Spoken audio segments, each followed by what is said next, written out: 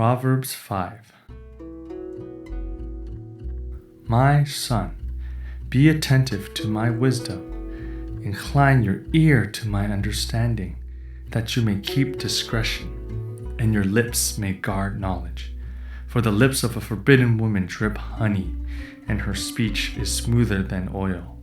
But in the end she is bitter as wormwood, sharp as a two-edged sword. Her feet go down to death.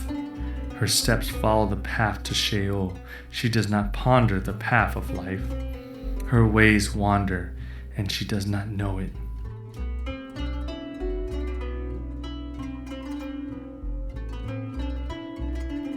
And now, O sons, listen to me, and do not depart from the words of my mouth. Keep your way far from her, and do not go near the door of her house, lest you give your honor to others, and your years to the merciless. Lest strangers take their fill of your strength, and your labors go to the house of a foreigner. And at the end of your life you groan, and when your flesh and body are consumed, and you say, "How I hated discipline, and my heart despised reproof. I did not listen to the voice of my teachers or incline my ear to my instructors.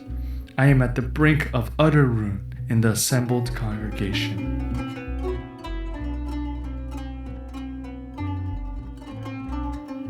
Drink water from your own cistern, flowing water from your own well. Should your springs be scattered abroad, streams of water in the streets? Let them be for yourself alone and not for strangers with you. Let your fountain be blessed, and rejoice in the wife of your youth, a lovely deer, a graceful doe. Let her breasts fill you at all times with delight.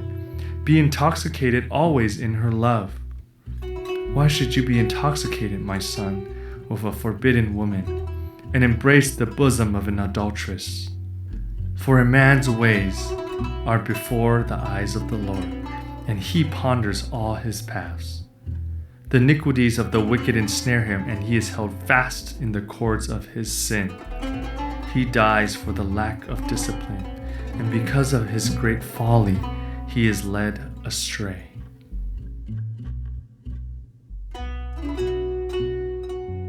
In Proverbs 5, a father continues to tell his son about wisdom.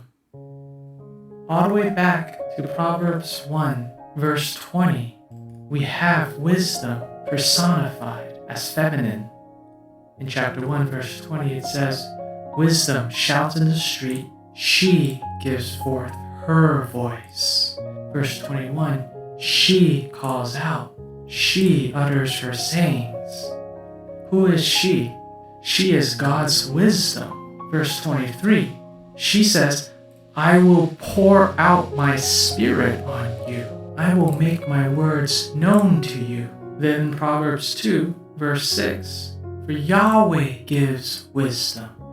From his mouth come knowledge and discernment." And so Yahweh is giving wisdom from his mouth.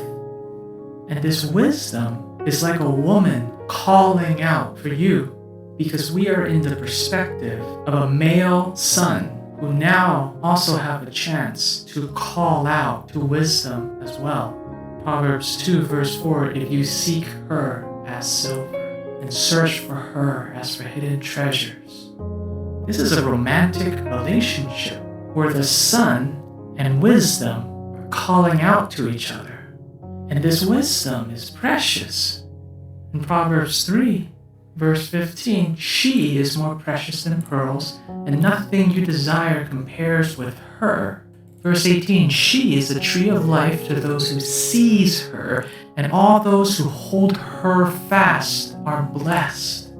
So this romantic relationship is formed in Proverbs 1 and 2, deepened in Proverbs 3, and then in Proverbs 4, it's extended throughout generations. Verse 3, the father says, "When I was a son to my father." Verse 4, "He instructed me and said to me, acquire wisdom, acquire understanding." Verse 6, "Do not forsake her, and she will keep you. Love her, and she will guard you. So every chapter so far highlights wisdom in feminine imagery for the listener to treasure. Proverbs 4 verse 13. Guard her, for she, wisdom, is your life. Which leads us to Proverbs 5. Can anything threaten this beautiful romantic relationship between the son and Lady Wisdom? Indeed there is. Proverbs 5 verse 3. The lips of a strange woman drip honey, and smoother than oil is her speech. Another character enters the story, also in feminine imagery. But her, verse 4, her end is bitter. Verse 5, her feet go down to death. And so what's the message to the son in light of this competition? Well, let's see how it's described if someone were to pursue this strange woman. Verse 8, do not go near the door of her house, lest you give your splendor to others. Not Lady Wisdom, but to others, to the cruel one. Verse 11, and you groan at your end, when your flesh and your body are consumed. And what would be the first thing you say? Verse 12, and you say, how I've hated discipline. So what's the message? Be disciplined in God's word, God's wisdom. Be faithful to what he says. Be married to wisdom. The problem is clear in verse 13. I have not listened to the voice of my instructors. I have not inclined my ear to my teachers, those who spoke wisdom. And so don't be tempted by any other source of truth which cannot compare to God's truth. We have our own sister, God's precious Lady Wisdom. Verse 15, drink water from your own cistern, fresh water from your own well. The imagery is so strong. Wisdom is not only personified as a woman, but in verse 18, let your fountain be blessed and be glad in the wife of your youth. Be faithful to Lady Wisdom as a husband ought to be for his wife. And everything about Lady Wisdom will be satisfying to you. And the contrary is terrifying. God is watching. Verse 21, for the ways of a man are before the eyes of Yahweh, and he watches all his tracks. Verse 23, he will die. Why? For lack of discipline.